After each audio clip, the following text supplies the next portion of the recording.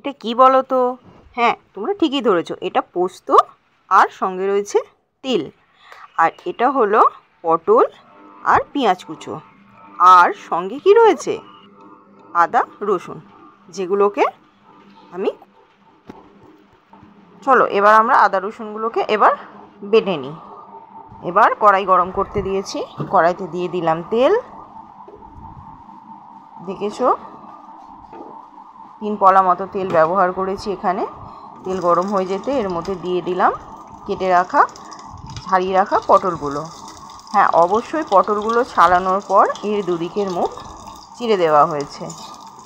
এবার গরম তেলের মধ্যে এইভাবে কিছুক্ষণ নাড়াচাড়া করে নেব। নাড়াচাড়া করে এগুলোকে ভেজে নেব।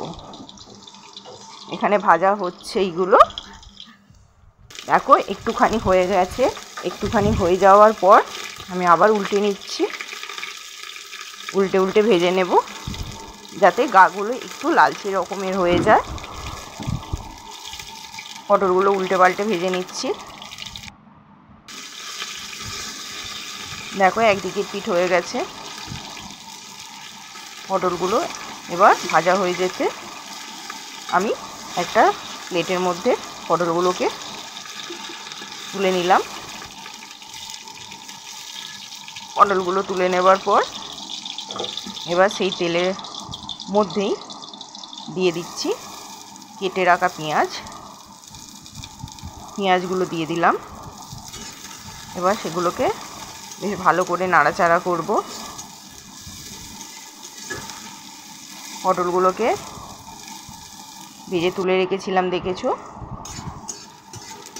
এবার পেঁয়াজ লাল লাল করে একটু ভাজা হয়ে গেলে এর মধ্যে আমি দিয়ে দেব। ভাজা হয়ে যাচ্ছে, দেখো লাল লাল করে। এর মধ্যে দিয়ে দিলাম আদা রসুন বাটা। আদা রসুন বাটা দিয়ে একটু নাড়াচাড়া করছি।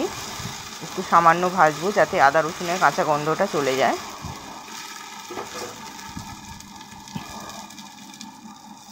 এবার একটু ভাজা হয়ে গেলে এর মধ্যে দিয়ে দিলাম হলুদ গুঁড়ো, নুন, লঙ্কার গুঁড়ো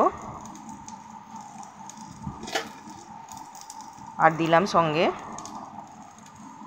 জাগরি পাউডার। এখানে চিনি বা গুড়ের বদলে জাগরি পাউডারটা আমি ব্যবহার করি।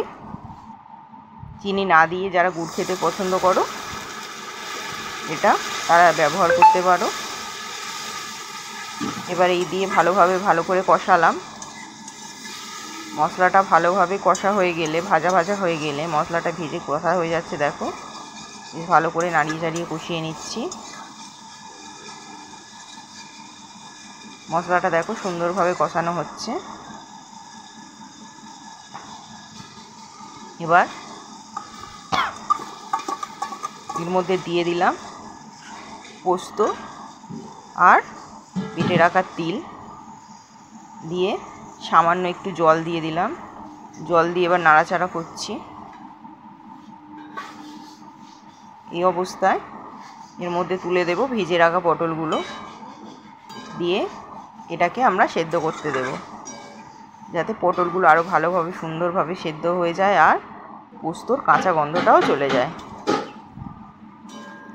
এইভাবে কিছুক্ষণ মিনিট 10 ফুটতে দেব। ফুটতে দেওয়ার পর টিপে দেখে নেব যে পটলগুলো একদম নরম হয়ে গেছে কিনা। নুন ঝাল এটা নিজেদের স্বাদ মতো দিতে পারো। দেখো আমার রেডি হয়ে গেছে পটলের দোরমা।